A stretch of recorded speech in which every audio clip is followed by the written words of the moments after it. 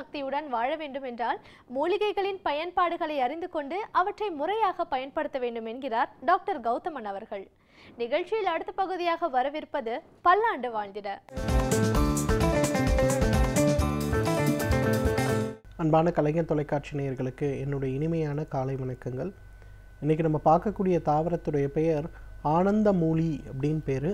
ஆனந்த மூலம் அப்படின்னும் சொல்லுவாங்க.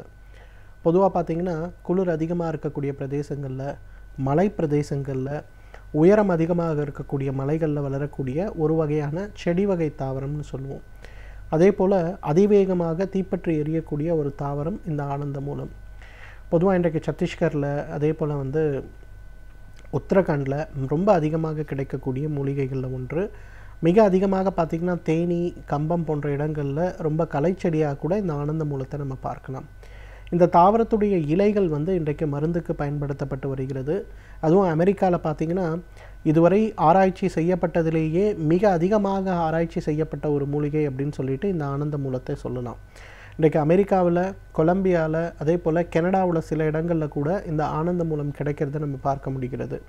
இந்த ஆனந்த மூலத்துடைய முக்கியமான ஒரு மருத்துவ குணம் அப்படின்னு பார்க்கும்போது, முதலாவது பார்க்கின்சன் டிசார்டர்ஸ்ன்னு சொல்லக்கூடிய நரம்பு நோய்களை நீக்கக்கூடிய ரொம்ப அருமையான ஒரு மருந்து இது அப்படின்னு சொல்லலாம். இந்த பார்க்கின்சன் டிசார்டர் அப்படிங்கிறது நம்ம எல்லாருக்குமே தெரியும். கை கால்களில் உதறல் இருக்கும். அந்த நோய் இருக்கவங்க அவங்களால நடக்கக்கூட முடியாத அளவுக்கு மிக கடுமையான பலவீனங்கள் இருக்கும். பேச்சு சரியாக வராது. அதே போல் சாப்பாடு கூட விழுங்க முடியாது. சிறு சிறு வேலைகள் கூட செய்ய முடியாது. இந்த மாதிரி நிறைய பிரச்சனைகள் பார்க்கின்சன் டிசார்டர்ஸில் இருக்கிறத நம்ம பார்க்க முடியும்.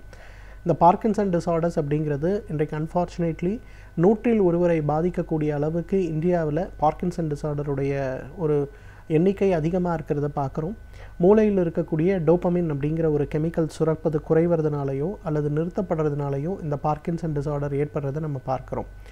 இன்றைக்கு பார்க்கின்சன் டிசார்டருக்கு கொடுக்கக்கூடிய மருந்துகளுடைய அளவு படிப்படியாக அதிகமாகி கொண்டு தான் போகிறதே தவிர, அந்த பார்க்கின்சன் டிசார்டருக்கு இதனால் மிகப்பெரிய அளவில் முன்னேற்றம் அப்படிங்கிறது பெரிய அளவில் கொடுக்க முடிவதில்லை. அந்த இடத்துல இந்த ஆனந்த மூலி மிகப்பெரிய மருந்தாக இருக்கிறது அப்படிங்கிறது கண்டுபிடிக்கப்பட்டிருக்கு. இன்ஃபேக்ட் இது இன்றைக்கு அமெரிக்காவில் இருக்கக்கூடிய நரம்பியல் சம்பந்தப்பட்ட மருத்துவமனைகளில் பார்க்கின்சன் நோயாளிகளுக்கு கொடுக்கக்கூடிய மிக முக்கியமான ஒரு மருந்தாக இருக்கிறத நம்ம பார்க்க முடிகிறது. இதற்கு முற்றிலும் ஒரு காரணம் என்னன்னு பார்த்தீங்கன்னா, இங்கே இருக்கக்கூடிய ஒரு ஆயுர்வேத மருத்துவர் அங்கே போன பிறகு இந்த மூலிகையுடைய தன்மையை கண்டறிந்து அங்கே இருக்கக்கூடிய மருத்துவ பல்கலைக்கழகத்தோடு சேர்ந்து அதை ஒரு ஆராய்ச்சி பொருளாக செய்து அதன் பிறகு கிட்டத்தட்ட 20 வருடங்களாக அவங்களை அதில் ஆராய்ச்சி செய்ததோடைய முடிவு தான் இன்றைக்கு பார்க்கின்சன் டிசார்டருக்கு இந்த ஆனந்த மூலத்திலிருந்து எடுக்கக்கூடிய எண்ணெய் போன்ற ஒரு சொட்டு மருந்து கொடுக்கப்படுறதை நம்ம பார்க்குறோம். பொதுவாக ஆயுர்வேத மருத்துவத்திலையும் பார்த்திங்கன்னா இதை பதப்படுத்தப்பட்ட எண்ணெய் மருந்தாக கொடுக்குறாங்க. அதாவது இந்த ஆனந்த மூலியை பொறுத்தவரையும் அதோட இலைகள் மருந்துக்காக பயன்படுத்தப்படுகிறது. இலைகள் உலர வைக்கும்போது சிறு சிறு தூளாக நொறுங்கி போகக்கூடிய ஒரு தன்மை இருக்கக்கூடிய இலைகள். அதனால் என்ன பண்ணுறாங்கன்னா 1 லிட்டர் அளவுக்கு நல்லெண்ணெய் எடுக்கும்போது 10 கிலோ அளவுக்கு இந்த ஆனந்த மூலியுடைய இலைகளை சூரணமாக பதப்படுத்தி வச்சுக்கிறாங்க. 10 லிட்டர் அளவுக்கு அந்த 1 லிட்டர் எண்ணெயில் தண்ணீரை ஊற்றி அதில் இந்த பொடியை போட்டு நன்றாக கொதிக்க வைத்து ஒரு கஷாயமாக ஆன பிறகு, அதாவது 1 பங்காக அது குறைந்த பிறகு வடிகட்டி எடுக்கக்கூடிய கஷாயம், அதை எண்ணெய் மற்றும் இந்த கஷாயம் இது ரெண்டுத்தையும் ஒன்றாக சேர்த்து நன்றாக கொதிக்க வைத்து படிப்படியாக அந்த இடங்களில் இருக்கக்கூடிய அந்த தண்ணீர் ஆவியாகும் வரை கொதிக்க வைக்கப்பட்டு அந்த எண்ணெய் பதப்படுத்தி எடுக்கப்படுகிறது. இந்த எண்ணெயை பார்க்கின்சன் சம்பந்தப்பட்ட தொந்தரவு இருப்பவர்கள் காலையில் வெறும் வயிற்றில் 10 சொட்டுகளும், அதே போல் இரவு படுக்கும்போது ஒரு 10 சொட்டுகளும் எடுத்துக்கொள்ளும்போது எந்த விதமான சிண்டோப்பா சம்பந்தப்பட்ட பிரச்சனைகளோ அல்லது மற்ற மருந்துகள் இன்றைக்கு பார்க்கின்சனுக்கு கொடுக்கக்கூடிய எந்த அலோபதி மருந்துகளுடைய தேவையும் இல்லாமல் படிப்படியாக அவர்களுடைய இயல்பான ஒரு வாழ்க்கைக்கு அவங்க திரும்ப முடியறதை நம்ம பார்க்க முடியும். அந்த அளவுக்கு மிகப்பெரிய அளவில் இன்றைக்கு இந்த பார்க்கின்சன் நோயை குணப்படுத்தக்கூடிய மிகப்பெரிய மருந்து இந்த ஆனந்த மூலம். இரண்டாவது பார்த்திங்கன்னா, இன்றைக்கு நிறைய ஆண்களுக்கு ஆண்மை குறைவு சம்பந்தப்பட்ட பிரச்சனை இருக்கிறத பார்க்குறோம். அதுவும் நரம்புகளில் ஏற்படக்கூடிய பலவீனம். இன்றைக்கு ஆயுர்வேத மருத்துவத்தை பொறுத்தவரையிலும் ஆண்மை குறைவுக்கு முக்கியமான காரணம் நரம்பு பலவீனம் தான். நரம்புகளுடைய பலவீனம் குறையும் போது தான் ஆண்மை குறைவு சம்பந்தப்பட்ட பிரச்சனைகள் குணப்படுத்த முடியுமே தவிர, தற்காலிகமாக ஆண்மை குறைவுக்கு கொடுக்கக்கூடிய மருந்துகள் எதுவுமே நமக்கு உதவி செய்கிறது அப்படிங்கிறத நம்ம நினைத்து கூட பார்க்க முடியாது. அந்த வகையில் பார்த்திங்கன்னா இந்த ஆண்மை குறைவுக்கு கொடுக்கக்கூடிய மிக முக்கியமான மருந்துகளில் இந்த ஆனந்த மூலமும் ஒன்று. இந்த ஆனந்த மூலம் சம்மந்தப்பட்ட தாவரத்தை ஒரு பெரிய சட்டியில் போட்டு மேலே இன்னொரு சட்டி போட்டு கவுத்து அதை வந்து சீலை செய்து மண்ணுக்குள்ளே வைத்து புடம் போட்டு எடுக்கக்கூடிய அந்த ஒரு சாம்பல், அந்த சாம்பலை ஒரு 500 மில்லிகிராம் அளவுக்கு எடுத்து சிறிதளவு இனிப்பு அல்லது வாழைப்பழத்துக்குள்ளே வைத்து சாப்பிடணும். இதை ஒரு பழக்கமாக ஒரு மண்டலம் சாப்பிட்டு விட்டு அதன் பிறகு உடலுறவு கொள்ள ஆரம்பித்தோமையானால் நீண்ட நேரம் உடலுறவு கொள்வதற்கும் அதே போல் ஆணுறுப்புகளுடைய எழுச்சி நன்றாக இருப்பதற்கும் அது மிகப்பெரிய அளவில் உதவி செய்கிறத பார்க்க முடியும். ஆனால் வந்து 10 கிலோ அளவுக்கு ஆனந்த மூலத்துடைய இலையை போட்டு எரித்து சாம்பல் எடுத்தோம்னா நமக்கு வெறும் 100 கிராம் தான் கிடைக்கும். அதனால் கமர்ஷியலாக பார்த்திங்கன்னா மார்க்கெட்டில் இதோட விலை ரொம்ப அதிகமாக இருக்கிறத பார்க்குறோம். ஆனால் இதோட எஃபிகசி வந்து 100 வயாகிரா மாத்திரையை விட மிக அதிகமாக இருக்கிறது அப்படிங்கிறதும் இன்றைக்கு ஆராய்ச்சி பூர்வமாக நிரூபிக்கப்பட்ட ஒரு விஷயமா இருக்கிறது நம்ம பார்க்குறோம். மூன்றாவது பார்த்திங்கன்னா இன்றைக்கு நிறைய பேருக்கு பார்த்திங்கன்னா மனச்சோர்வு. காலையில் எழுந்திருக்கும் போதே ஏன் எழுந்திருக்கிறோம், வேலைக்கு போகணுன்னா ஒரு இன்ட்ரெஸ்டே இல்லாமல் வேலைக்கு போகிறது, நிறைய குழந்தைகள், கல்லூரிக்கு போகக்கூடிய குழந்தைகள், படிக்கக்கூடிய குழந்தைகள், இவங்க எல்லாருக்குமே மனதளவில் நிறைய அழுத்தங்கள் இருக்கிறத நம்ம பார்க்குறோம். உடலில் ஏற்படுகின்ற நோய்களுக்கு கொடுக்கக்கூடிய அளவுக்கு முன்னேற்றத்தை, ஒரு முக்கியத்துவத்தை மனதளவில் ஏற்படக்கூடிய விஷயங்களுக்கு நாம் கொடுக்கப்படுவதில்லை. அதனால தான் பார்த்திங்கன்னா 10th ஸ்டேட் ஃபஸ்ட்டு வாங்கக்கூடிய குழந்தைகள் கூட +2 வரும்போது மிகப்பெரிய அளவில் பின்தங்கி போகிறத நம்ம பார்க்குறோம். அதே போல் வேலைக்கு போகக்கூடியவர்கள் ஒரு வருஷம் best employee of the year வாங்குகிறாங்க, அடுத்த வருஷம் பார்க்கும்போது அவங்களோட பர்ஃபார்மன்ஸில் மிகப்பெரிய தொய்வு ஏற்படுவதை நம்ம பார்க்குறோம். இதற்கு காரணம் வெறும் உடல் உழைப்பு மட்டுமல்ல, மன உழைப்புன்னு சொல்லக்கூடிய மூளை சம்பந்தப்பட்ட உழைப்பும் தான். இதை சரி செய்வதற்கு இந்த ஆனந்த மூலி ஒரு மிகச்சிறந்த மருந்து. ஆனந்த மூலியிலிருந்து எடுக்கக்கூடிய சூரணத்தை ஒரு 5 கிராம் அளவுக்கு இரவு படுக்கும்போது சாப்பிடுகின்ற ஒரு வழக்கத்தை வைத்து கொண்டாலே இந்த மனச்சோர்வு சம்பந்தப்பட்ட பெர்ஃபார்மன்ஸ் சரியில்லை அப்படின்னு நினைக்கிறவங்க, இன்ஃபீரியாரிட்டி காம்ப்ளெக்ஸ் இருக்கவங்களுடைய அந்த மனக்குறைகள் குறையிறதை நம்ம பார்க்கலாம். எனவே நேயர்களே, இந்த ஆனந்த மூலி இயற்கை கொடுத்திருக்கின்ற மிகச்சிறந்த அருமருந்து. பார்க்கின்சன் சம்பந்தப்பட்ட பிரச்சனை, ஆண்மை குறைவு சம்பந்தப்பட்ட பிரச்சனை, மனச்சோர்வு சம்பந்தப்பட்ட பிரச்சனைகளுக்கு ஒரு மிகச்சிறந்த மருந்து. தகுந்த மருத்துவ ஆலோசனையின் பேரில் சரியான முறைப்படி இதை உபயோகப்படுத்தி வந்தோமேயானால் நம்மாலும் பல்லாண்டு காலம் ஆரோக்கியமாக வாழ்ந்திட முடியும். சமூகத்தில் நடக்கும் நல்ல நிகழ்வுகளில் நம்முடைய பங்களிப்பு என்னவாக இருக்கிறதோ அதே போன்று தீய நிகழ்வுகளை தட்டி கேட்பதிலும் நம்முடைய பங்களிப்பு இருக்க வேண்டும் என்கிறார் மனுஷபுத்திரன் அவர்கள். இன்றைக்கு எழுத்தாளர் மனுஷபுத்திரன் அவர்கள் நம் கண் முன் என்ன சமூக பிரச்சனையை கொண்டு வந்திருக்கிறார் என்பதை கவனிக்கலாம். நிகழ்ச்சியில் அடுத்த பகுதியாக வரவிருப்பது தீதும் நன்றும்.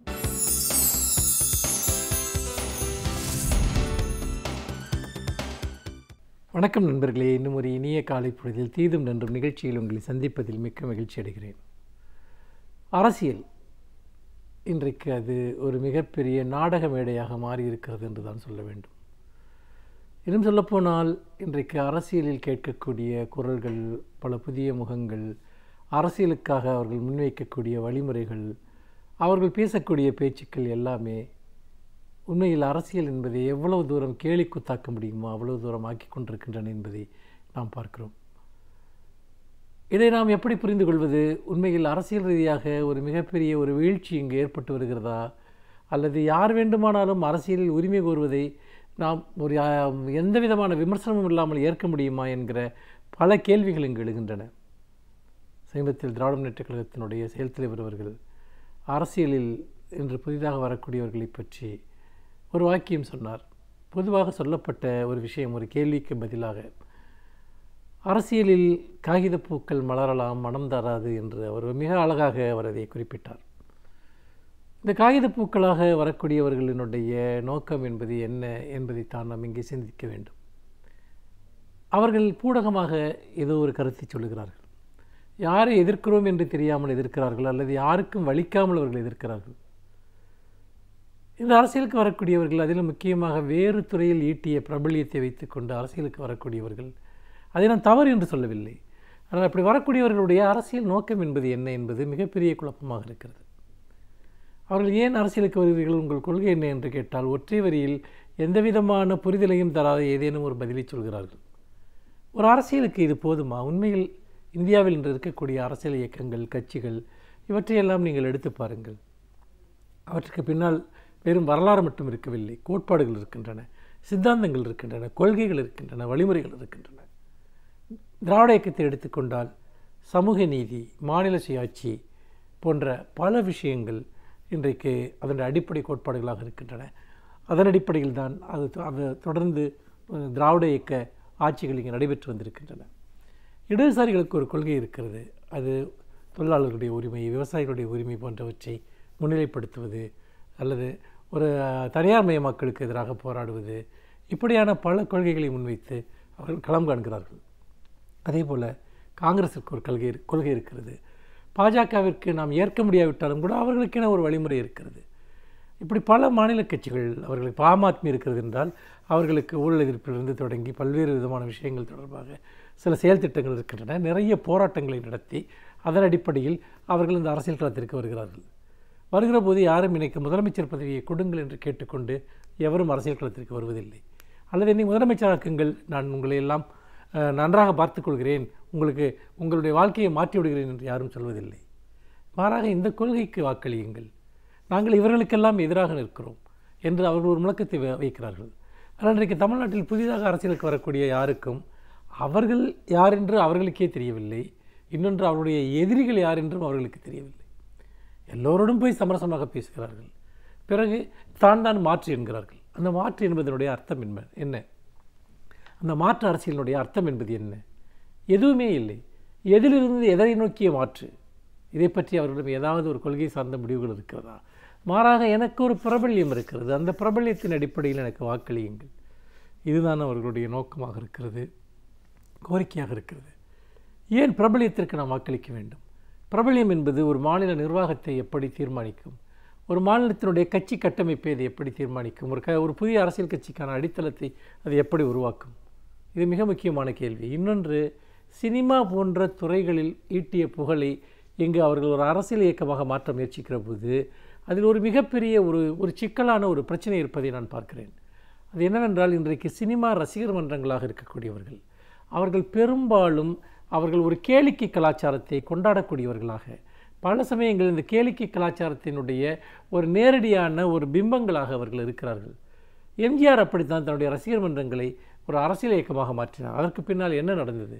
தமிழ்நாடு ஒரு மிகப்பெரிய சீரழிவை சந்தித்தது. அந்த ரசிகர் மன்றத்திலிருந்து உருவாகி வந்தவர்கள் அவர்கள் கட்சி பொறுப்பாளர்களாகவும் எம்எல்ஏக்களாகவும் அல்லது பல அமைச்சர்களாகவும் கூட அவர்கள் வந்தார்கள். ஆனால் அவர்களுடைய அரசியல் ரீதியான தன்மை அல்லது சமூக பொறுப்புணர்வு என்பது என்ன என்று பார்க்கிற போது மிகப்பெரிய ஒரு ஏமாற்றம் தான் மிஞ்சுகிறது. அவர்கள் எதை பற்றியுமே தெரியாதவர்கள் மிக முக்கியமான பொறுப்புகளுக்கெல்லாம் வந்தார்கள். அப்படிப்பட்ட சூழலை நாம் தொடர விரும்புகிறோமா? இவர்கள் நிச்சயமாக இப்படி வரக்கூடியவர்கள் பெரிய அரசியல் வெற்றிகள் எதையும் பெறப்போவதில்லை என்றாலும் கூட அவர்களுடைய நோக்கம் என்பது இங்கே இருக்கக்கூடிய திராவிட அரசியலினுடைய தளத்தை தகர்ப்பது, அவற்றை பலவீனப்படுத்துவது, அவற்றை நீர்த்து போகச் செய்வது, அதற்காக வாக்குகளை ஆங்காங்கே சிதறடிப்பது. இப்படி சிதறடிப்பதன் மூலமாக பிஜேபி எதை விரும்புகிறதோ, அதாவது தமிழ்நாட்டில் ஒரு ஸ்திரத்தன்மை உள்ள ஒரு அரசியல் சூழல் இருக்கக்கூடாது, அதாவது ஒரு உறுதியான ஒரு அரசியல் சூழல் இருக்கக்கூடாது, தொங்கு சட்டசபைகள் வர வேண்டும், நிலையற்ற ஆட்சிகள் வர வேண்டும் என்பதுதான் இன்றைக்கு பாஜக போன்ற ஒரு கட்சியினுடைய ஒரு அரசினுடைய நிலையாக இருக்கிறது. அப்படி ஒரு நிச்சயமற்ற நிலை உருவானால்தான் தாங்கள் அதில் உள்ளே நுழைய முடியும் என்று அவர்கள் நினைக்கிறார்கள். அந்த பணிக்காகத்தான் இன்று பலரும் புதிதாக அரசியலுக்குள் உள்ளே கொண்டு வரப்படுகிறார்கள். பல்வேறு விதமான வழிமுறைகள் அவர்கள் கொண்டு வரப்படுகிறார்கள். ஒன்று, அது பகுத்தறிவு அரசியலை பேசுவதாக இருக்கலாம், ஆன்மீக அரசியலை பேசுவதாக இருக்கலாம். வெவ்வேறு நபர்களுக்கு வெவ்வேறு பணிகள் கொடுக்கப்பட்டிருக்கின்றன என்கிற சந்தேகம் ஏற்படுகிறது. அப்படி பார்க்கிற போது தமிழகத்திற்கு சரியான ஒரு மாற்றாக வலிமையான இயக்கமாக எது இருக்கிறது, சமூக நீதிக்கான இயக்கமாக எது இருக்கிறது என்பதை மக்கள் தீர்க்கமாக முடிவு செய்ய வேண்டிய ஒரு காலம் இது என்பதை இந்த இடத்தில் அழுத்தமாக பதிவு செய்ய விரும்புகிறேன். மீண்டும் இன்னும் ஒரு புதிய சிந்தனையோடு உங்களை சந்திக்கிறேன். நன்றி, வணக்கம். ஒரு துறையை பற்றி நாம் முழுமையாக அறிந்து கொள்ள வேண்டும் என்றால் அந்த துறையை சார்ந்த வல்லுநர்கள் அந்த துறையை பற்றி நம்மிடம் பகிர்ந்து கொள்ளும் பொழுதுதான் நாம் முழுமையாக அறிந்து கொள்ள முடிகிறது. அந்த வகையில் இப்பொழுது நாம் சந்திக்கவிருக்கும் சிறப்பு விருந்தினர் எந்த துறையிலிருந்து வந்து என்ன பயனுள்ள தகவல்களை நம்மிடையே பகிர்ந்து கொள்ள இருக்கிறார் என்பதை கவனிக்கலாம். நிகழ்ச்சியில் அடுத்த பகுதியாக வரவிருப்பது சிறப்பு விருந்தினர்.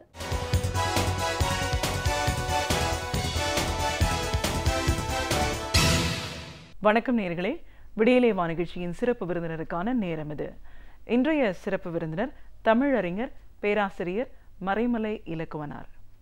ஒரு தமிழ் அறிஞரா கிட்டத்தட்ட 36 ஆண்டுகளுக்கு மேல ஒரு கல்லூரி பேராசிரியரா தமிழ் இலக்கியம் அப்படின்ற ஒரு விஷயத்துல தன்னை முழுமையா ஈடுபடுத்திக்கிட்டு இன்னைக்கு பல களங்கள்ல இவர் பணியாற்றிட்டு இருக்காரு. இவரோட அனுபவங்கள் சார்ந்த நிறைய விஷயங்களை நாம் இவர்கிட்ட கேட்டு தெரிஞ்சுக்கலாம். வணக்கம் சார். வணக்கம். ஒரு தமிழ் அறிஞரா பேராசிரியரா முதல்ல எங்கள் நிகழ்ச்சிக்கு உங்களை நாங்கள் வரவேற்கிறோம்.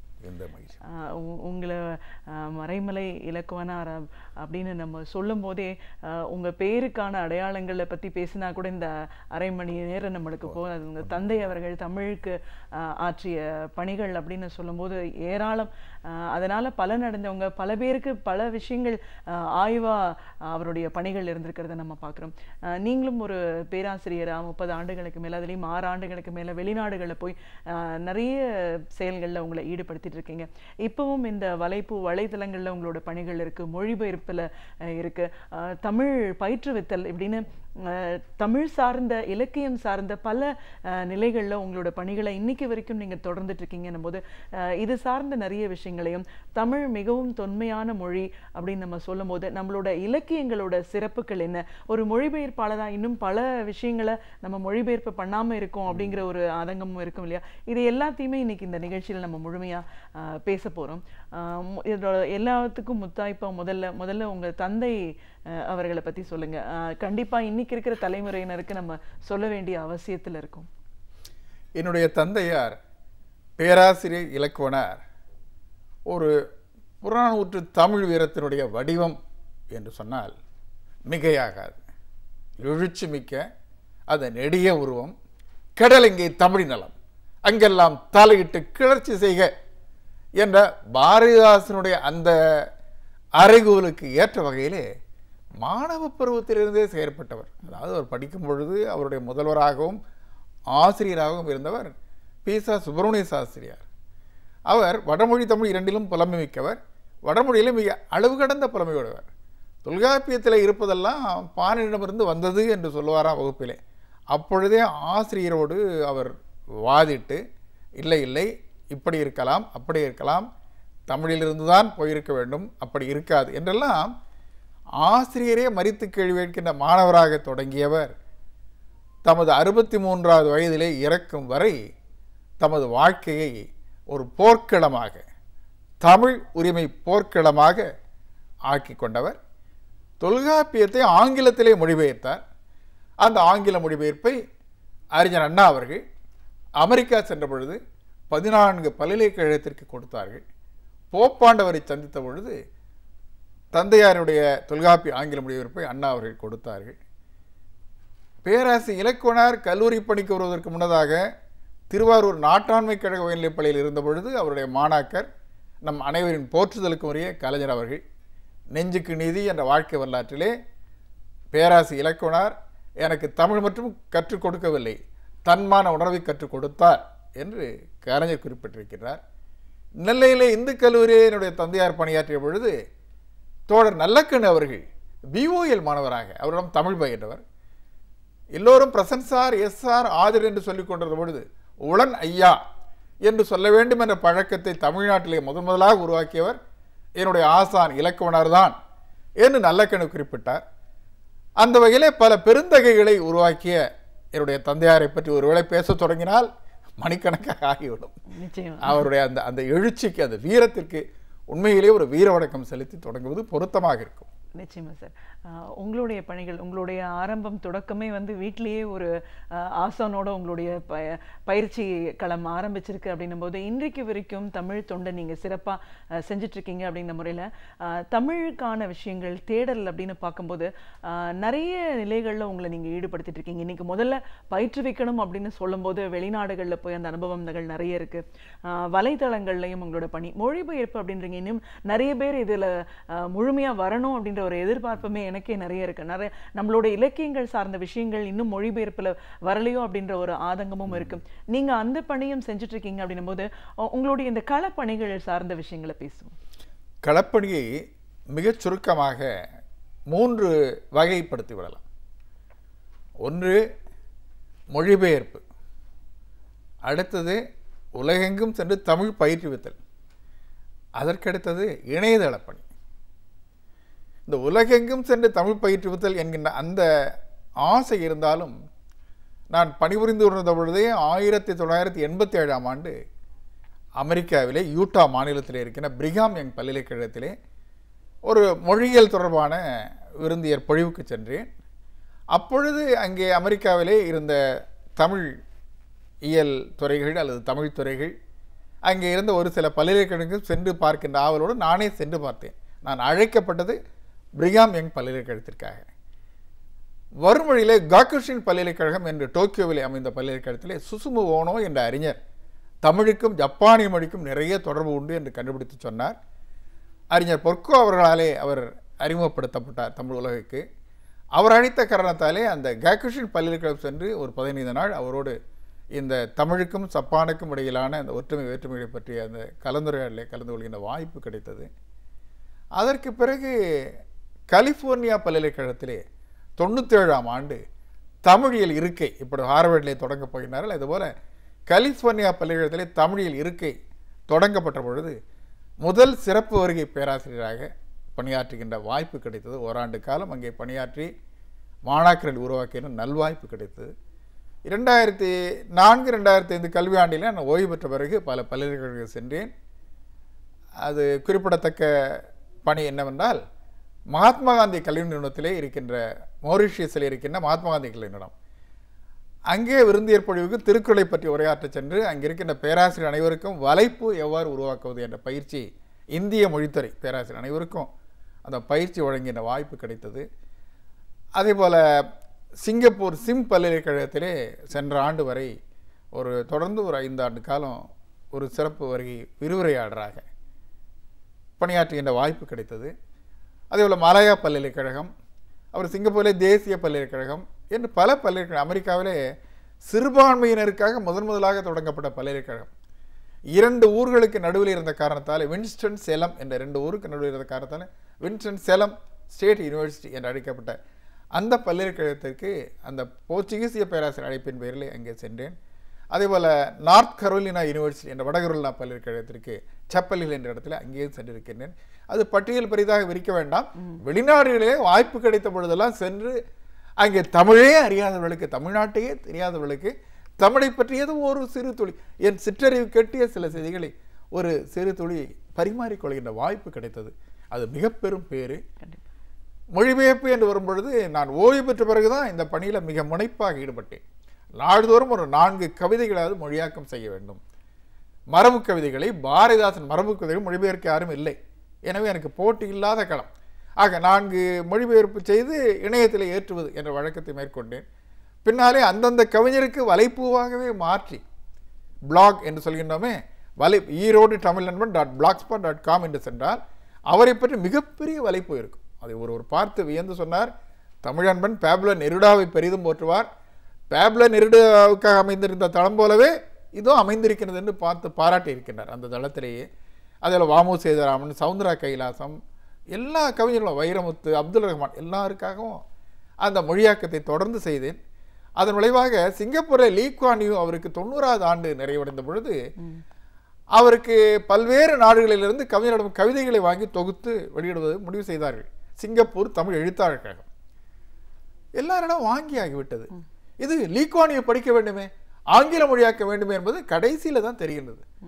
உடனடியாக அந்த பணியை செய்ய யாரும் இசையவில்லை. அந்த பணியை ஏற்று 3 வாரங்களிலே அந்த 90 கவிதைகளும் மொழியாக்கம் செய்து கொடுத்த அது ஒரு நல்ல பேர் எனக்கு. அது மிகச்சிறந்த வாய்ப்பு. அவ்வாறு மொழிபெயர்ப்பில் என்னை ஈடுபடுத்திக் கொள்கின்ற வாய்ப்பு கிடைத்தது. ஆக இதையெல்லாம் சொல்லப்போனால் மிக விரிவாக போய்விடும். மிகச் சுருக்கமாக நீங்கள் ஒரே வரிகளை சொல்வதென்றால், கூகுள் அந்த தேடுபொறிக்கு சென்று ஆங்கிலத்திலே மறைமலை இலக்குவனார் என்று போட்டாலே இந்த பணிகள் எல்லாம் மிக விரிவாக வரும்.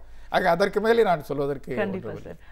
ஒரு பேராசிரியராக, ஒரு ஆய்வாளராக கிட்டத்தட்ட 30 ஆண்டுகளுக்கு மேலே 36 ஆண்டுகளாக அவங்களோட பணிகள் இருக்குது. அப்படின்னும் போது தமிழ் இலக்கியம் அப்படிங்கிறது எவ்வளோ ஒரு தொன்மையானது, அதை எவ்வளோ ஒரு பெரிய பொக்கிஷமாக நம்ம இன்னைக்கு போற்றணுன்ற ஒரு அவசியத்தில் இருக்கும். நம்ம இலக்கியங்கள் நம்மளுக்கு கற்றுக் கொடுத்த விஷயங்கள், இன்னும் சிறப்பாக சொல்லணும்னா சங்க இலக்கியங்கள் பற்றி இன்னும் இன்றைய தலைமுறைகளுக்கு நிறைய போய் சேரலையோ அப்படின்ற ஒரு கேள்வியும் இருக்குது. நம்மளுடைய இலக்கியங்கள், சங்க இலக்கியங்கள் பற்றின உங்களுடைய பார்வைகளை சொல்லுங்கள்.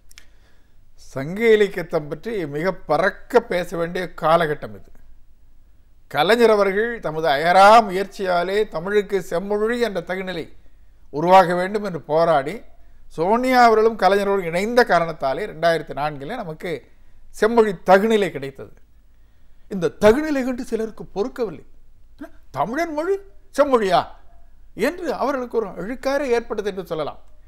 ஷெல்டன் பொலோக் என்ற அறிஞர் தமிழ் செம்மொழி இல்லை என்று மறுப்பதற்காகவே கிட்டத்தட்ட 900 பக்கத்திலே ஒரு பெரிய புத்தகம் எழுதினார். The language of the god in the word of men, கடவுளின் மொழி மனிதனுடைய உலகிலே என்று வரும் ஒரு மிகப்பெரிய புத்தகம். அதில் தமிழ் செம்மொழியெல்லாம் இல்லை, அது தமிழ் செப்பம் பெற்றதென்றால், அது வளம் பெற்றதென்றால், திருத்தம் பெற்றதென்றால் சமஸ்கிருதத்தின் உறவாலே தான் என்பதைப் போல அதிலே எழுதியிருக்கின்றார்.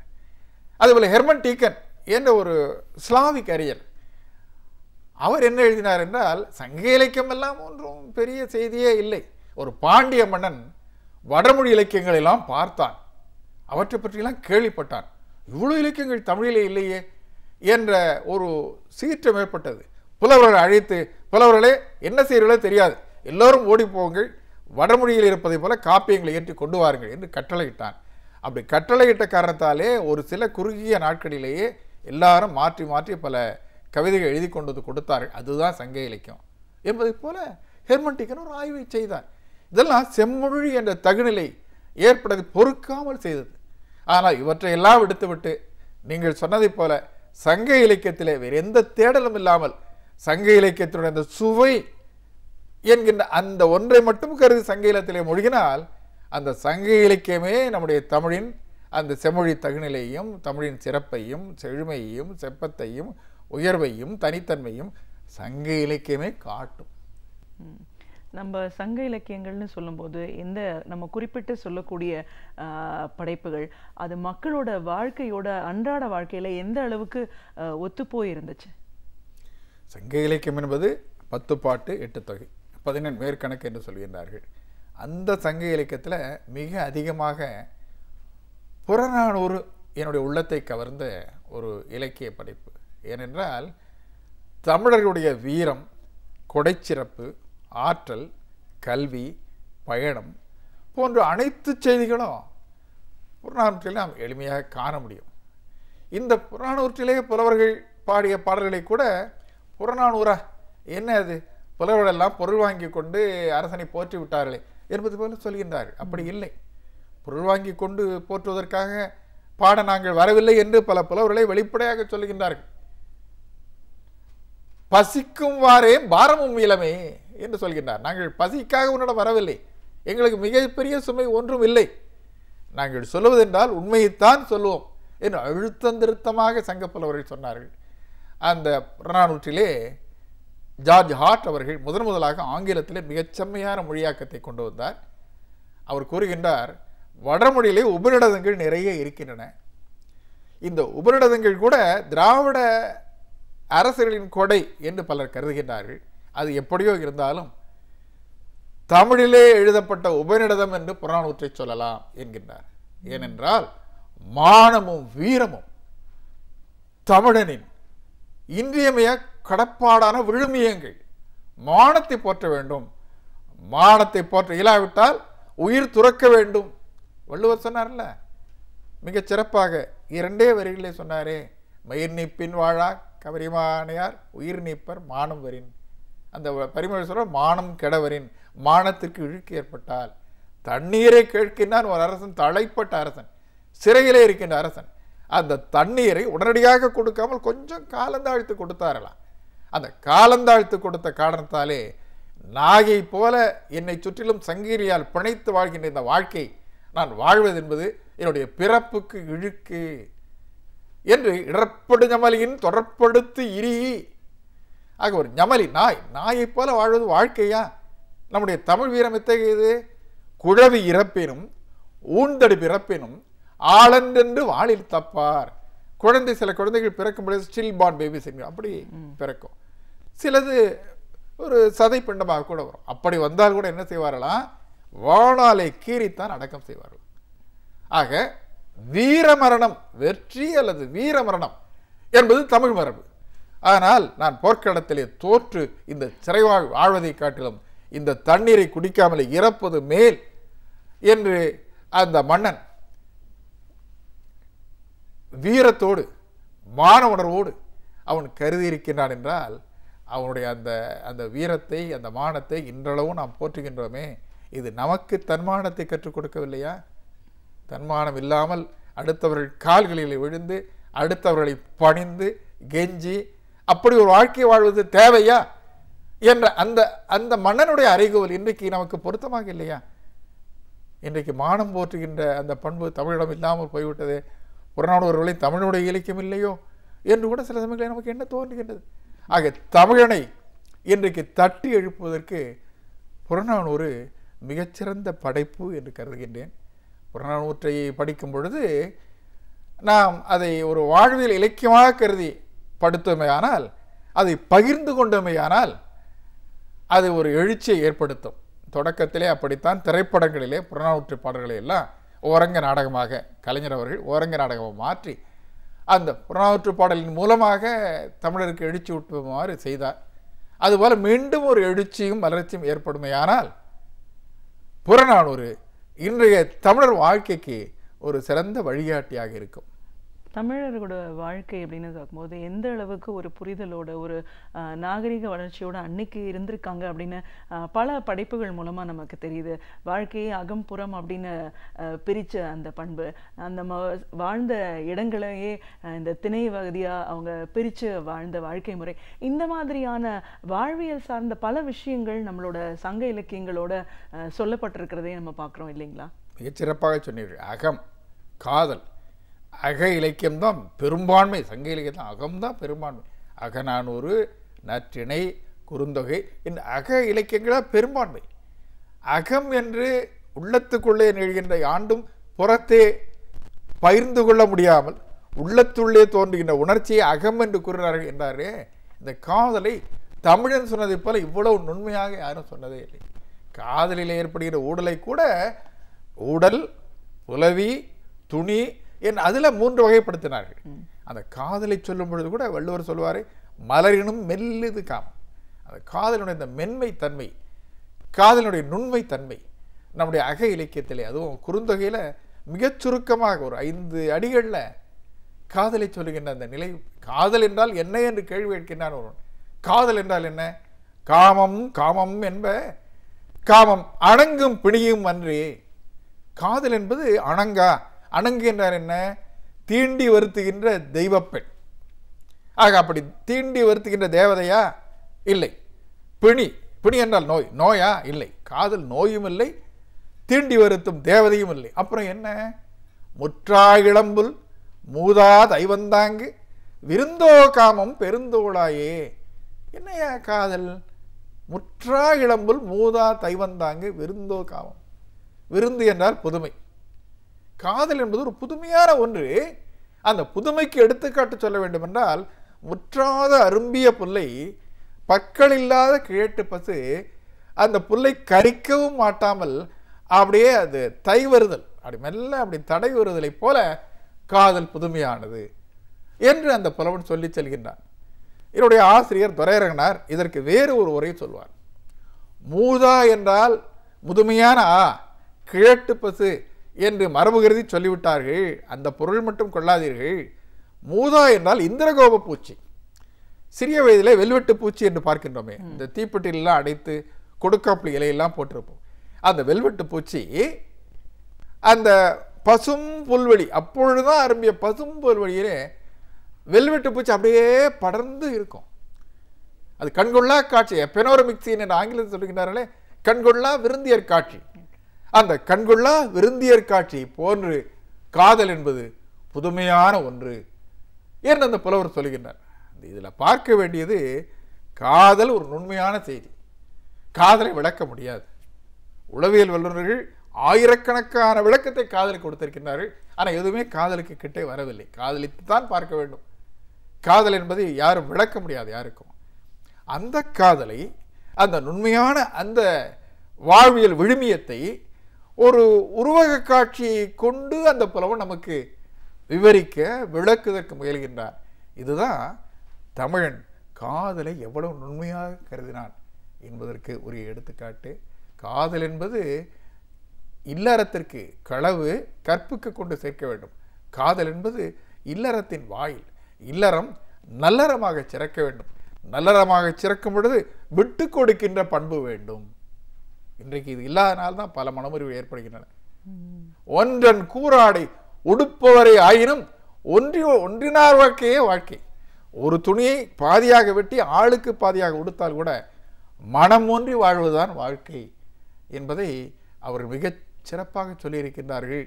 அந்த தலைமகள் குடும்ப தலைவி ஆனதற்கு பிறகு அந்த கணவன் வீட்டிலே போதிய வசதி இல்லாமல் போனாலும், அந்த போதிய வசதி இல்லையே, அங்கே நம்முடைய தந்தையார் மிகச் செல்வ வளம் படைத்தவராயிற்று, அங்கேயே சென்று விடலாமே என்று என்றைக்குமே நினைக்க மாட்டாலும் சொல்லுவான். அந்த கொண்ட கொழுனன் தன்னை காதலித்து மனம் புரிந்த அந்த கணவன் வரனுற்றான் ஆயினும் வறுமைப்பட்டாலும் கொடுத்த தந்தை கொழுஞ்சோறு உள்ளாள். தனக்கு திருமணம் செய்து கொடுத்தாரே அந்த தந்தை, அவருடைய கொழுஞ்சோறு, அங்கே சென்றால் அறுசுவை நெய் மணக்கும் பிரியாணியே கிடைக்கும். ஆக அதை கருத மாட்டாள். மானெல்லாம் உண்டு எஞ்சி இருக்கின்ற ஒரு குட்டை நீரைத்தான் குடிநீராக கொண்டு வர வேண்டும் என்ற தேவை இருந்தாலும் அவள் கணவனோடு வாழ்வதே தலை சிறந்த வாழ்க்கை என்று கருதுவாள் என்ற அந்த பாடல் இன்றைக்கு பொருளாதார வேறுபாடுகளாலே இரண்டு குடும்பங்களுக்கு இடையே இருக்கின்ற பொருளாதார வேறுபாடுகளே பல மனமுறிவுகள் ஏற்படுகின்றன. அதற்கெல்லாம் ஒரு ஆற்றுப்படுத்துகின்ற வகையிலே அமைகின்றது. ஆக காதலையும் இல்லறத்தையும் நம்முடைய அக இலக்கியங்கள் மிகச் சிறப்பாக இன்றைக்கும் நமக்கு எடுத்துக்காட்டாக அமைகின்ற வகையில் எடுத்து சொல்லியிருக்கின்றன. நம்முடைய தமிழ் சமூகம் இந்த அகத்தையும் புறத்தையும் பயின்று அந்த வழியை பின்பற்றினால் வேறு நமக்கு கவுன்சிலர், மனநோய் வல்லுநர் தேவையே இல்லை. ஒரு தமிழறிஞரா, ஒரு பேராசிரியரா, இலக்கியங்கள் பற்றி நம்ம நிறைய பேசும்போது இன்றைய சூழல்ல தாய்மொழி கல்வி அப்படிங்கிறது எவ்வளோ தூரம் அவசியம் நினைப்பேன்? தாய்மொழி கல்வியை பற்றி கிட்டத்தட்ட தமிழ் அறிஞர்கள் தான் சொல்லிக் கொண்டிருக்கின்றார்கள். அது என்னன்னா, தமிழ் அறிஞர்கள், தமிழாசிரியர்கள் தான் ஏதோ அது சொல்வதற்கு அதிகாரிகளைப் போல அறிவியல் வல்லுநர்கள், மருத்துவ வித்தகர்கள், தொழில்நுட்ப வித்தகர்கள் அவர்களெல்லாம் தாய்மொழி கல்வி என்றைக்கு சொல்ல ஆரம்பிக்கின்றார் தமிழ்நாட்டிலே அன்றைக்குத்தான் தாய்மொழி கல்வி வெற்றி அடையும். ஏன் வெற்றி அடையவில்லை? இது ஏதோ தமிழாசிரியருக்குரிய ஒரு செய்தி என்பதை போல கருதப்படுகின்றார்கள். தாய்மொழி வழியாக படித்த காரணத்தால் தான் சீனர்களும் ஜப்பானியர்களும் உலகத்திலே தொழில்நுட்பத்திலே மிக முற்போக்காக இருக்கின்றார்கள். அமெரிக்காவோ ஐரோப்பாவோ அவர்களை காட்டிலும் அந்த தொழில்நுட்பம் என்பதில் அறைகோல் எடுப்பவர்கள் சீனர்களும் ஜப்பானியர்களும் தான். அவர்களோடு கொஞ்சம் சேர்ந்து புல்லுக்கும் அங்கே பொசியுமா என்பதை போல கொரியர்கள். உலகத்தை நீங்கள் நன்றாக பார்க்கலாம், எந்த கேட்ஜெட் எந்த கருவி வாங்கினாலும் சீனா, ஜப்பான், கொரியா தான். அதற்கு காரணம் அவர்கள் தாய்மொழி வழியே படிக்கின்றார்கள். கலிஃபோர்னியா பல்கலைக்கழகத்தில் நான் பணியாற்ற சென்ற பொழுது ஒரு சீனர் தான் துணைவேந்தராக இருந்தார். அவர் தான் அவுட் கோயிங் விசி, அவர் தான் அந்த பொறுப்பிலிருந்து செல்கின்ற துணைவேந்தர் அவர் தான். மாணவர்களும் சீன மாணவர்கள் தான் நிறையா. சீனருக்கு அடுத்து தான் நம்முடைய இந்திய மாணவர்கள். அந்த சீன மாணவர்கள் அந்த தங்களுடைய தாய்மொழியிலே படித்துவிட்டு மேற்படிப்புக்காக இங்கே வருகின்றார்கள். எந்த விதமான அச்சமோ தாழ்வு மனப்பான்மையாமல் படிக்கின்றார்கள். நான் ஒரு மாணவரை கேட்டேன், அவர்களுடைய உரையாடல் திறம், ஆங்கிலத்தை ஆங்கிலமாக ஒலிக்க வேண்டும் என்று நாம் ரொம்ப பாடுபட்டு அறிவியலை மறந்து விடுகின்றோம். அவர்கள் அவ்வாறு சொல்வதில்லை. கலிஃபோர்னியா என்று நாம் சொல்லுவோம். கலிஃபோர்னியா என்பதை வெள்ளைக்காரனோடு போட்டி போட்டு கலிஃபோர்னியா என்போம். சீன மாணவர் சொல்லுகின்றார் ஸ்டடிஃபூர்னியா. என்ன இது? இல்லை இல்லை, எங்கள் மொழியின் ஒலிப்புக்கேற்ப இதை ஸ்டடிஃபூர்னியா என்றுதான் சொல்ல வேண்டும் என்கின்றார். ஆக அவர்கள் மொழிக்கு முதன்மை கொடுக்கவில்லை, செய்திக்கு முதன்மை கொடுக்கின்றார்கள். சோவியத் ரஷ்யாவுக்கு காமராஜர் அவர்கள் சென்ற பொழுது காமராஜரின் பெயரை அங்கே இருக்கின்ற தொலைக்காட்சியிலே குமாரசாமியோஸ்கி காமராஜ்ஸ்கி என்று எழுதினார்கள். குமாரசாமி காமராஜர் என்று எழுத வேண்டும். ஆனால் ருஷ்ய மொழியின் ஒலிப்புக்கேற்ப குமாரசாமியோஸ்கி காமராஜ்ஸ்கி என்று எழுதினார்கள். ஆக அந்தந்த மொழியின் ஒலிப்புக்கேற்ப நம்முடைய அறிவியல் பொருட்களுடைய பெயர்களை இவற்றையெல்லாம் மாற்றிக்கொண்டு அந்தந்த மொழியிலேயே பயிற்றுவதை அவர்கள் ஒரு கடைப்பிடியாக கொண்ட காரணத்தாலே, என்றும் பிறழாது தவறாது கடைப்பிடியாக கொண்ட காரணத்தாலே சீனர்களும் ஜப்பானியர்களும் இன்றைக்கு முன் வந்திருக்கின்றார்களே. அதை போல நம்முடைய மாணவர்கள் முன்னுக்கு வர வேண்டும் என்றால் வித்தகம் பெற வேண்டும் என்றால் தாய்மொழி வழி என்றைக்கு படிக்க தொடங்குகின்றார்களோ அன்றைக்குத்தான் அந்த அளவுக்கு நாம் அவரோடு போட்டி போட முடியும். ஒரு நோபல் பரிசை நாம் உருவாக்க முடியல. ஆங்கிலத்தில் படித்தோமே, 150 ஆண்டு காலமாக ஆங்கிலத்தில் இத்தனை நோபல் பரிசு. ஒரு சந்திரசேகர் அங்கே போனதுனால ஹர்கோபிந்த் சிங் கொரானா அவரை நம்முடைய இந்தியர் என்று சொல்லிவிட முடியாது. ஆக தமிழ் வழியாக தாய்மொழி வழியாக படிக்க நீங்கள் என்றைக்கு அனுமதிக்கின்றீர்களோ, என்றைக்கு மருத்துவக் கல்லூரியும் பொறியியல் கல்லூரியும் தாய்மொழி கல்விக்கு வாயிலை திறக்கின்றதோ அதற்கு பிறகு பாருங்கள் நோபல் பரிசுகள் இங்கே குவியும். அது பெற்றோர்கள் உள்ளத்திலே ஏற வேண்டும். பெற்றோர்கள் ஆங்கிலத்திலே படித்தால்தான் உயர்வு என்று கருதுகின்ற அந்த நிலை மாற வேண்டும். ஆக மனநிலை, மனப்போக்கு, மனப்பாங்கு மாறாவிட்டால் இவ்வளவுதான் நம்ம வறண்டு பேசினாலும் அதில் பயனில்லையம்மா. கண்டிப்பாக சார். ஒரு தமிழறிஞரா, ஒரு பேராசிரியரா நீங்கள் கடந்து வந்த பாதைகளை பற்றி நிறைய விஷயங்கள் பேசியிருக்கோம். உங்கள் தந்தை இலக்குவனார் அவர்களுக்கு தமிழுக்கு செய்த பணிகள், உங்களுடைய பயணம் அப்படின்னு பார்க்கும்போது எந்தெந்த களங்கள்லாம் உங்களுடைய பணிகள் இருக்குது. சங்க இலக்கியங்கள்னு சொல்லும்போது இன்றைய வாழ்க்கைக்கு முறைக்கு தேவையான பல விஷயங்களை பல ஆயிரம் ஆண்டுகளுக்கு முன்னாடியே சொல்லி வச்சுருக்காங்க. அதை பற்றின ஒரு புரிதல் இருந்தாலே இன்னைக்கு பல பிரச்சனைகளுக்கு அது தீர்வாகும். தமிழ்மொழி கல்வி, தாய்மொழி கல்வி இன்றைய சூழலில் ஏன் இவ்வளோ தூரம் அவசியம்னு பல விஷயங்களை எங்களோட நீங்கள் பகிர்ந்ததுக்கு நன்றி. மிகுந்த நன்றி. வணக்கம். அறிவியல், வரலாறு, இதுவரை நாம் அறியாத உண்மைகள், இவைகளிலிருந்து நமக்கு தேவையானவற்றை அழகிய தமிழில் தொகுத்து ஒவ்வொரு நாளும் இனிமையாக வழங்கி கொண்டிருக்கிறார் பேராசிரியர் சுபவீரபாண்டியன் அவர்கள். நிகழ்ச்சியில் அடுத்த பகுதியாக வரவிருப்பது ஒன்றே சொல் நன்றே சொல்.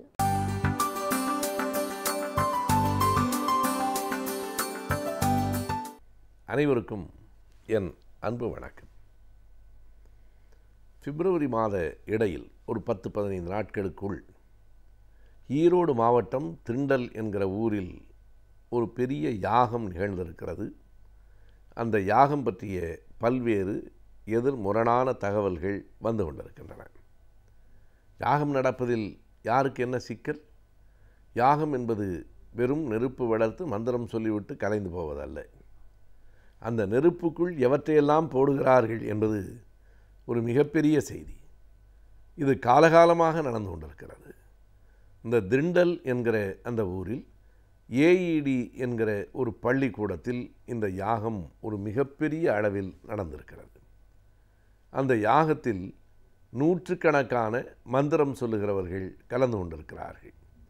அந்த யாகத்திற்கு அசுவமேத ராஜசூய யாகம் என்று பெயர். இதனை மன்னர்கள் ஒரு காலத்தில் நடத்தியிருக்கிறார்கள் தங்கள் எதிரிகளை அழிப்பதற்காக. அசுவம் என்றால் குதிரை.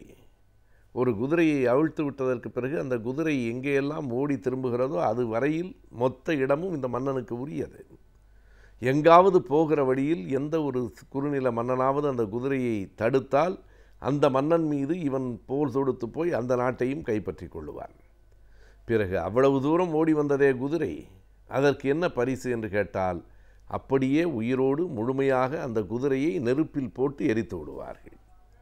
அந்த நெருப்பிலே போட்டு குதிரையை எரித்து விட்டால் இவர்களினுடைய யாகத்தின் நோக்கம் வெற்றி பெற்றுவிடும் என்பதாக நம்பிய காலம். அதில் வெறும் குதிரை மட்டுமல்ல, குதிரையை, யானையை, காடையை என்று எல்லா விலங்குகளையும் போட்டு எரிக்கிற ஒரு கொடூரம். இந்த ஈரோடு மாவட்டம் திண்டலில் நடைபெற்ற அந்த யாகத்திலும் இப்படி ஒரு குதிரை முழுமையாக எரிக்கப்பட்டிருக்கிறது என்று அமைப்பினர் சிலர் குற்றம் சொல்ல நடத்தியவர்கள் மறுத்திருக்கிறார்கள்.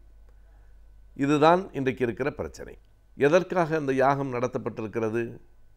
ஏறத்தாழ 2 கோடி ரூபாய் செலவு என்று சொல்லுகிறார்கள். டன் கணக்கில் நெய் கொண்டு வந்து அந்த நெருப்பில் கொட்டப்பட்டிருக்கிறது. பட்டு சேலைகள் போட்டு எரிக்கப்பட்டிருக்கின்றன. அதாவது நெருப்பில் எரித்து, நெருப்பில் அக்னி பகவான் மூலம்தான் கடவுளுக்கு படையல் செய்ய முடியும் என்று நம்புகிற ஆரிய பண்பாட்டினுடைய தொடர்ச்சி தான் இந்த யாகம்.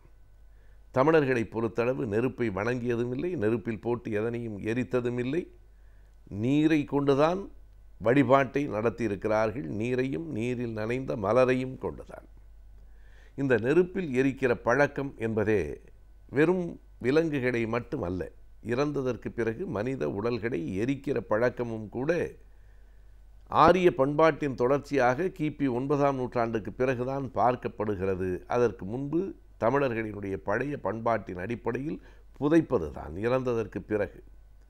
ஆனால் இந்த எரிப்பது என்று வந்ததற்கு பிறகு இந்த குதிரைகளை எல்லாம் போட்டு எரித்திருக்கிற அந்த காட்சி இங்கேயும் நடந்திருக்கிறதா என்று கேட்டால் இல்லை இல்லை, குதிரை பொம்மைகளை எரித்திருக்கிறோமே தவிர குதிரைகளை எல்லாம் எரிக்கவில்லை என்கிறார்கள். ஏனென்றால் இன்றைக்கு மிக கடுமையான சட்டம் இருக்கிறது.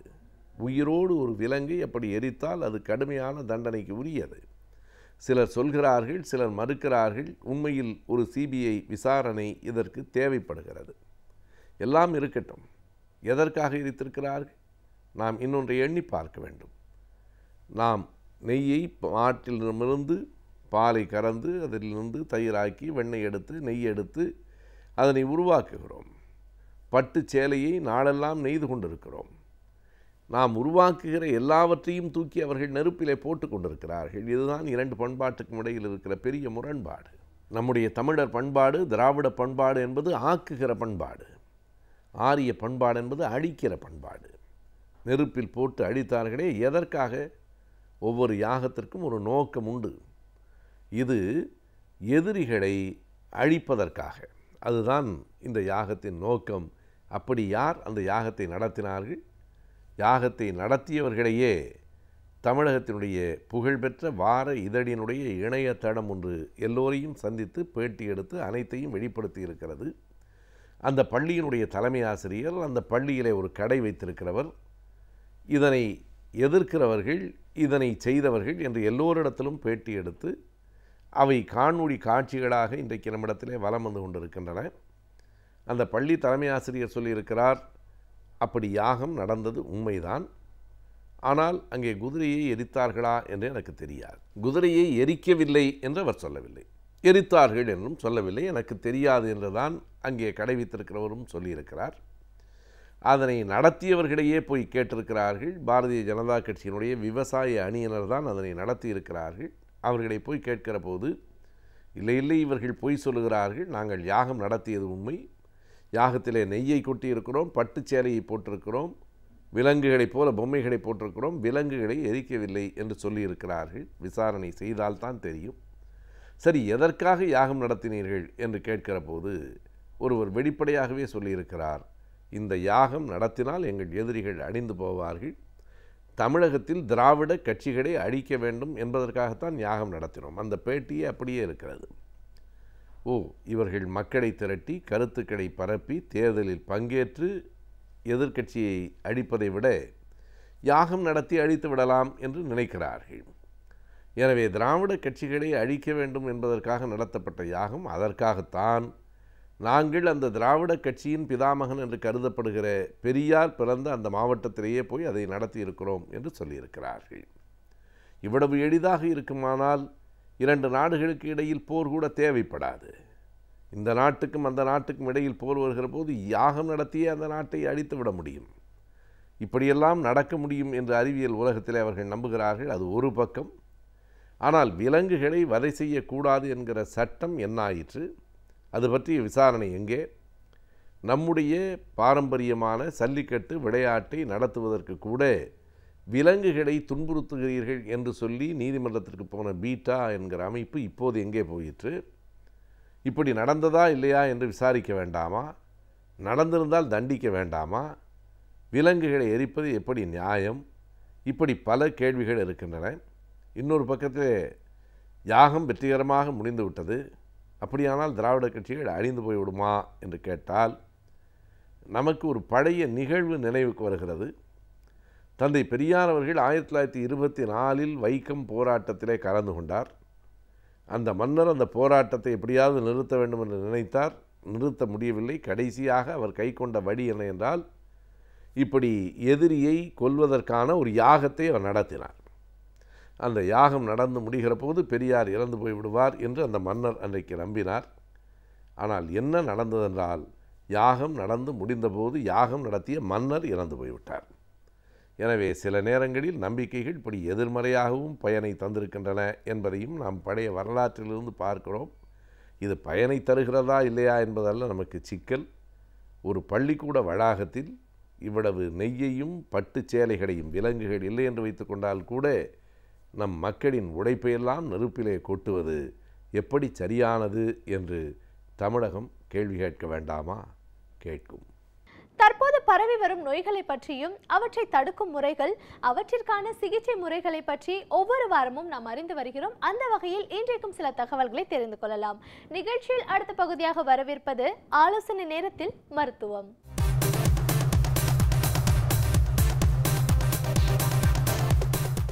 Bone strength and it's benefit. இப்போது உடல் எலும்பை வலுவாக்குறது எப்படி, உடல் எலும்பு யார் யாருக்கெல்லாம் அந்த வலு குறையுது அப்படிங்கிறத பற்றி நம்ம இன்றைக்கி நிகழ்ச்சியில் பார்க்க போகிறோம். போன் ஸ்ட்ரென்த்துங்கிறது வந்து it is call the phone mineral density. அந்த போன் மினரல் டென்சிட்டி வந்து ஏஜிங்கில் வந்து சில பேருக்கு வந்து குறைய ஆரம்பிக்குது. இல்லை பெண்கள் ஆஃப்டர் மெனோபாஸ் குறைய ஆரம்பிக்குது. 2 3 வேறு ஏதாவது ஒரு காரணங்களாலையும் போன் ஸ்ட்ரென்த் குறைய ஆரம்பிக்கிறது. இந்த போன் ஸ்ட்ரென்த் வந்து நம்ம உடம்புல வந்து ஒரு 20 வயசில் வந்து பீக்குக்கு வருது. அதாவது ஒரு maximum function, bone strength function வந்து ஒரு 20 வயசில் வந்துடுது. இந்த 20 வயசில் வர்ற போன் ஸ்ட்ரென்த் திரும்ப நம்மளுடைய 35 வயசுக்கு அப்புறம் வந்து திரும்ப போன் ஸ்ட்ரென்த் வந்து கொஞ்சம் கொஞ்சமாக குறைய ஆரம்பிக்குது, விச் இஸ் நேச்சுரல் ஃபினாமினான். ஆனால் பெண்கள் எடுத்துக்கிட்டோம் அப்படின்னா அவங்களுடைய மெனோபாஸ் ஆகி அந்த முதல் 5 to 7 இயர்ஸில் வந்து அவங்களுக்கு அதிகமான வந்து போன் ஸ்ட்ரென்த் வந்து குறைய ஆரம்பிக்குது. காரணம் அந்த ஹார்மோனல் லெவல்னால். ஆண்களுக்கு இன்றைய சோசியல் ஹேபிட்ஸ், ஸ்மோக்கிங், ஆல்கஹாலிசம் உள்ளவங்களுக்கு வந்து கண்டிப்பாக போனில் இருக்கிற ஸ்ட்ரென்த்து வந்து குறைய ஆரம்பிக்குது. 3 ப்ராப்பரான லைஃப் ஸ்டைல், அதாவது ப்ராப்பரான calcium and vitamin D rich foods எடுக்காதது ஒரு முக்கியமான காரணம். சன்லைட் எக்ஸ்போஷர் இல்லாமல் வீட்டுக்குள்ளே இருக்கிறது, அது ஒரு முக்கியமான காரணம். இன்றைக்கி கிட்டத்தட்ட நமக்கு ஒரு சர்வே என்ன சொல்லுது அப்படின்னா, கிட்டத்தட்ட 2 பில்லியன் பீப்புள்ஸ்க்கு ஆஸ்டியோபோரோசிஸ்னால் வரக்கூடிய ஃப்ராக்சர் அதிகமாக இருக்குது. ஃபார் எவ்ரி 3 செகண்ட்ஸ் ஒருத்தருக்கு ஆஸ்டியோபோரோட்டிக் ஃப்ராக்சர் வந்து இந்த உலகத்தில் முழுசாக நடந்துக்கிட்டே இருக்குது. அதில் 1 in 3 women are more affected osteoporotic fracture. 1 in 5 மென்னுக்கு வந்து இந்த மாதிரி ஒரு ஆஸ்டியோபோரோட்டிக் ஃப்ராக்சர்ஸ் நடக்குது. ஸோ அந்த போனில் ஸ்ட்ரென்த் குறையிறப்போ முதல்ல நம்மளை பாதிக்கிறது வந்து நம்மளுடைய முதுகு தண்டுவடம். ஒரு சின்ன உதாரணம், ஒருத்தர் வந்து ஒரு பஸ்ஸில் பயணம் பண்ணுறாரு, அவரோட சேர்ந்து எல்லா பயணிகளும் ஒரு 60 பேர் இருக்காங்க. அந்த பஸ்ஸு வந்து ஒரு ஸ்பீட் பிரேக்கரோ ஒரு ஜெர்க்கில் தூக்கி போடுது. ஒரு சாதாரணமாக ஒரு ஸ்பீடு பிரேக்கர் ஜெர்க்கில் தூக்கி போட்டு உட்காந்ததில் அவர் முதுகு தண்டுவடத்தில் வலி ஏற்படுது. அந்த வலி வந்து ரொம்ப கடுமையாக இருக்குது. ஸோ அப்போ என்ன பிரச்சனைங்கிறத ஆராய்ந்து பார்த்தோம்னா அவருடைய எலும்பில் இருக்கிற வலுவுத்தன்மை வந்து குறைஞ்சி அவருக்கு ஒரு ஸ்பைனல் ஃப்ராக்சர் ஆகுது. இது ஒரு காரணம். டொமஸ்டிக் ஆக்டிவிட்டீஸ், பெண்கள் சாதாரணமாக நடக்கிறப்போ ஒரு கால் தட்டி கீழே விழுகிறாங்க, ஒரு ஃப்ராக்சர் ஏற்படுது. ஹிப் காமன் ஏரியாஸ், முதுகு தண்டோட மாதிரி ஹிப் ஒரு காமன் ஏரியா. இல்லை கீழே விழுகிறதுல கையை ஊன்றது at the level of wrist. So இதெல்லாம் வந்து காமனாக வந்து ஆஸ்டியோபோரோசிஸ் இருக்கிறவங்களுக்கு வந்து இத்தகைய ஏரியாவில் வந்து ஒரு ஃப்ராக்சர் ஏற்படுது. ஸோ இந்த ஆஸ்டியோபோரோசிஸ், இந்த போனை எப்படி நம்ம ஸ்ட்ரென்த் பண்ணுறதுன்னு பார்த்தீங்கன்னா சிம்பிள் அண்ட் ரெகுலர் எக்ஸசைஸ். நம்மளுடைய லைஃப் ஸ்டைலில் வந்து எக்ஸசைஸை வந்து நம்ம ஒரு ரொட்டீனாக நம்ம செஞ்சுக்கிட்டே வர்றோம். அதாவது ஒரு ஏர்லி மார்னிங் ஒரு 6:30 to 7 எப்போ சன்லைட் அதிகமாக இருக்கோ அப்போ அந்த எக்ஸசைஸ் செய்யலாம். இல்லை லேட் ஈவினிங் 5:30 to 6 அந்த சன்லைட் இருக்கிற நேரத்தில் நம்ம எக்ஸசைஸ் செய்யலாம். பொதுவாக போன்ஸை ஸ்ட்ரென்தன் பண்ணுறதுக்கு ஒரு ரெசிஸ்டன்ஸ் ட்ரைனிங் ப்ரோக்ராம், அது வந்து கண்டிப்பாக ஒரு ஃபிசியோதெரபிஸ்ட் கைடன்ஸ்லையோ இல்லை ஒரு ஃபிசியோதெரபிஸ்ட் ஆலோசனையை வாங்கிக்கிட்டு நம்ம போன்ஸை வந்து நம்ம ஸ்ட்ரென்தன் பண்ணுறதுக்கு எக்ஸசைஸ் செய்யலாம். ஏன்னா இந்த ஆஸ்டியோபோரோசிஸ் இருக்கிறவங்களுக்கு வந்து ஒன்று ஃப்ரீக்வன்சி ஆஃப் ஃபால்ஸ் இருக்கும், இல்லை ஏதாவது ஒரு repeated fracture once in 6 months ஏதாவது ஒரு ஏரியாவில் ஃப்ராக்சர் ஆகிக்கிட்டே இருக்கும். ஸோ அவங்களாம் கொஞ்சம் ரொட்டீனாக எக்ஸசைஸ் பண்ணிக்கிட்டாங்கன்னா ஒன்று ஆஸ்டியோபோரோசிஸ் போன் ஸ்ட்ரென்த்தையும் நம்மளால் கூட்ட முடியும், மேற்கொண்டு ஏற்படக்கூடிய ஃப்ராக்சர்ஸையும் கண்டிப்பாக அவங்களால தவிர்க்க முடியும். இன்னொன்று உணவு முறை ரொம்ப ரொம்ப முக்கியம். கால்சியம் நிறைந்த உணவு வகைகளை வந்து எடுக்கணும். நம்ம நல்லா க்ரீன் லீவ்ஸ் எடுக்கிறது, நம்ம நல்லா வெஜிடபிள்ஸ், நம்ம காலிஃப்ளவர், அவரைக்காய், முருங்கைக்காய், கீரை, இந்த ஐட்டங்கள்லாம் வந்து அதிகமாக சேர்த்துக்கிடணும். கருப்பு உளுந்து, ராகி, சோயாபீன்ஸ், கண்டிப்பாக மில்க் கன்சப்ஷன், இதெல்லாம் நம்ம பழக்க வழக்கத்துக்கு கொண்டு வந்துக்கிட்டோம்னா நமக்கு போதியான அளவு உடம்புலையும் போன்ஸ்லேயும் கண்டிப்பாக தேவையான அளவுக்கு நமக்கு ஸ்ட்ரென்த்து கிடைக்கும். ஸோ ஆஸ்டியோபோரோசிஸ் இருக்கிறவங்க வந்து ஹை இம்பேக்ட் ஆக்டிவிட்டீஸில் ஈடுபடக்கூடாது. ஃபார் எக்ஸாம்பிள் ஒரு ஜம்பிங் ஆக்டிவிட்டீஸோ இல்லை ஒரு அதிகமாக வாக்கிங், ரொம்ப ஓவர்லோடிங், அதாவது ஒரு ஹார்டு சர்ஃபேஸில் வாக் பண்ணுறதோ அவங்களுக்குரிய மூட்டில் இருக்கிற பிரச்சனைகளை வந்து அதிகரிக்க வைக்கும். ஸோ அப்பேற்பட்டவங்க வந்து they can do simple exercises such as cycling பண்ணுறது, ஈவன் இன்றைக்கி வந்து நல்லா ஸ்டாண்டர்ட் சைக்கிள்ஸ், அதாவது ரெக்கமெண்ட் பைக்குமோ நல்லா பேக் ரெஸ்ட் பின்னாடி முதுக சாஞ்சி செய்யக்கூடிய பயிற்சி உபகரணங்கள் இருக்குது. ஸோ அந்த மாதிரி எக்யூப்மெண்ட்ஸை வச்சு அவங்க எக்ஸசைஸ் ஈடுபடலாம். இப்போ இதே இது வெளியூர் ட்ராவல் பண்ணுறோம், எக்ஸசைஸ் செய்ய முடியல, ஒரு வாரம் வெளியூரில் இருக்கோம் அப்படின்னா இன்றைக்கி சிம்பிளாக வந்து அவங்களால செய்யக்கூடிய வெயிட்ஸோ பேண்ட்ஸோ அவைலபிளாக இருக்குது. இதை வாங்கி வச்சுக்கிட்டு ஒரு ரெப்பிட்டேஷன், அதாவது ஒரு ஃபிசியோதெரப்பி கைடன்ஸில் ஒரு அப்பர் பாடிக்கு எத்தனை ரெப்பிட்டேஷன், ஒரு லோயர் பாடிக்கு ரெப்பிட்டேஷன்ஸ் அந்த மாதிரி செஞ்சுக்கிட்டே வந்தாங்கன்னா அவங்களால கண்டிப்பாக அந்த போன்ஸையும் மசில்ஸையும் ஸ்ட்ரென்த்தனாக வைக்க முடியும். அவங்களுக்கு ஏற்படக்கூடிய மற்ற பிரச்சனைகளையுமே கண்டிப்பாக அவங்களால தவிர்க்க முடியும். மோர் காமன் இன் ஃபீமேல்ஸ்க்கு வரக்கூடிய காரணங்கள் வந்து முதுகு தண்டுவடத்தில் வரக்கூடிய வலிகள், அவங்களுடைய மூட்டில் வரக்கூடிய வலிகள், இல்லை அதிகமாக ஈவன் ஷோல்டர்ஸ் ஆங்கிள்ஸ் இதில் வரக்கூடிய வலிகள் வந்து இந்த ஆஸ்டியோபோரோசிஸ் ஒரு முக்கியமான காரணமாக இருக்குது. ஸோ ரொட்டீனாக அவங்க வந்து சிம்பிளாக யோகாசனா மாதிரி படுத்து செய்கிற எக்ஸசைஸோ இல்லை பேக் மசில்ஸை ஸ்ட்ரென்தன் பண்ணுற எக்ஸசைஸோ செஞ்சுக்கிட்டாங்கன்னா முதுகு தண்டுவடத்தை கண்டிப்பாக அவங்களால ஸ்ட்ரென்தன் பண்ண முடியும். Which is called the spinal extensor strengthening exercise. அது பண்ணிக்கிட்டாங்கன்னா ஸ்பைனல் ஃப்ராக்சர்ஸை கண்டிப்பாக நம்மளால் குறைக்க முடியும். 1. 2, அவங்களுடைய வே ஆஃப் லைஃப், அதாவது எடை தூக்குறது, அதிகமான எடையை தூக்குறது, இதெல்லாம் மாடிஃபை பண்ணிக்கிடணும் ஒரு குறிப்பிட்ட காலத்துக்கு, அந்த போன் நல்லா வலுவாகிற வரைக்கும். ஸோ எடையை வந்து லெஸ் தென் 3 kgs அந்தளவு தூக்குறது ஒரு மாடிஃபிகேஷன் ஆஃப் ஆக்டிவிட்டீஸ். 2. இன்னொன்று, அதிக உடல் எடை இருந்தாங்கன்னா அதை ப்ராப்பர் எக்ஸசைஸ் மூலயமா அவங்க எடையை குறைக்கிறது. இது எல்லாமே பண்ணிக்கிட்டோம்னா நமக்கு போன் ஸ்ட்ரென்த்தையும் கூட்ட முடியும், மேற்கொண்டு இந்த மாதிரி பிரச்சனைகள் வர்றதையும் நம்மளால் தவிர்க்க முடியும். நன்றி.